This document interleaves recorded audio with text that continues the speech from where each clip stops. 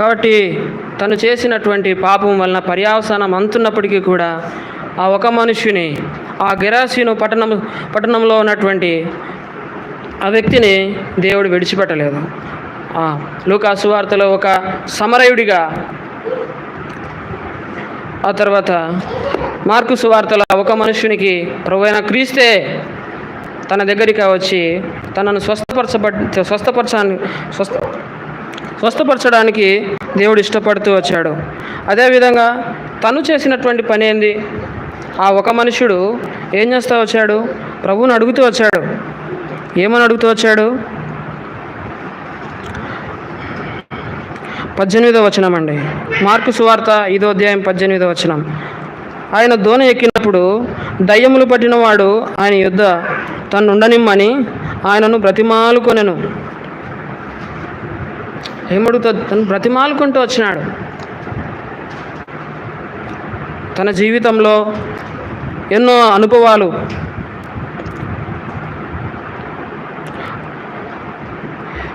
జనులు కూడా అతను చూస్తూ వచ్చినారు. 15వ వచనంలో, జనులు జరిగినది చూడవెళ్ళి యేసు నొద్దకు వచ్చి, సేన అను దయ్యములు పట్టినవాడు బట్టలు ధరించుకొని స్వస్థ చిత్తుడై కూర్చుండుట చూచి భయపడిరి. బహుశా మన జీవితాల్లో రక్షణ లేదేమో, సరైన మారు మనసు లేదేమో, ఒకసారి మనమే పరీక్షించుకోవాలి.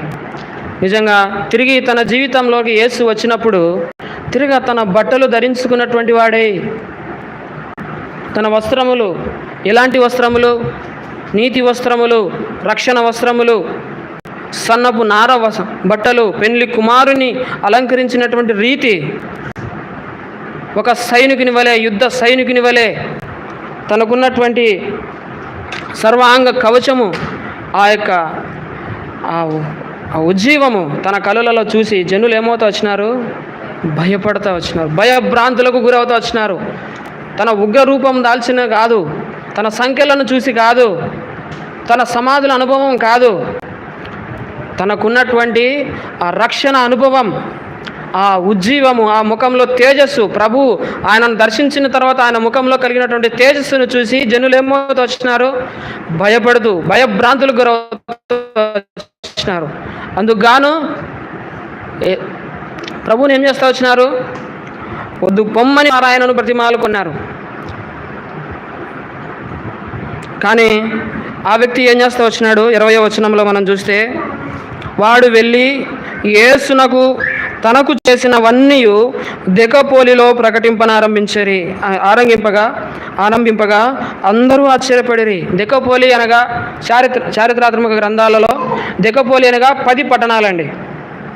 10 పట్టణాలలో తను సువార్తను వ్యాప్తి చెందడానికి, క్రీస్తును వచ్చినటువంటి వార్తను క్రీస్తు తన జీవితంలో చేసినటువంటి ఆశ్చర్య కార్యాన్ని 10 పట్టణాలలో ప్రకటించడానికి పూనుకుంటూ వచ్చాడు. కాబట్టి మన జీవితాల్లో దేవుడు ఎన్ని ఆశ్చర్యకార్యాలు చేసి ఉంటాడు రక్షించిన నాటి దినం నుంచి నేటి వరకు. నిజంగా వింటున్నాం, పోతున్నామే, కానీ మన బాధ్యత కొద్దీ మన సువార్తను, రాజ్య సువార్తను ఏ విధంగా మనము వ్యాప్తి చేస్తున్నాం? మన జీవితాల్లో ఒకరికైనా మన ప్రభువుని గురించినటువంటి వార్తను చెప్పడానికి ఇష్టపడుతున్నామా? బహుశా నా మట్టుకైతే సిగ్గుపడతాను. ఆ విషయంలో నేను ఎంతగానో దేవునికి లెక్క చెప్పవలసినటువంటిదిగా ఉంటుంది. కానీ దేవుడు మనందరికీ ధైర్యం దయచేయునుగాక. కాకపోతే ఇంకా ఎవరైనా రక్షణ అనుభవం లేకుంటే, నిజంగా దేవుడు దర్శిస్తే దేవుడు మీ పాపములను క్షమిస్తాడు, నిత్య రాజ్యమునకు వారసునిగా చేస్తాడు. దేవుడు వాక్యాన్ని దీవించునుగాక.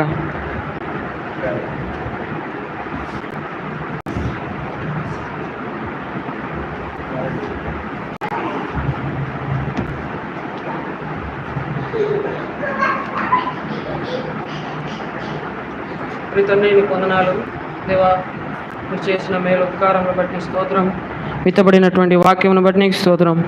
ప్రభువా తండ్రి, నీరు కట్టి ఫలింపజేస్తురండి దేవా. ఇంతవరకు మీరు చేసిన మేలు ఉపకారములు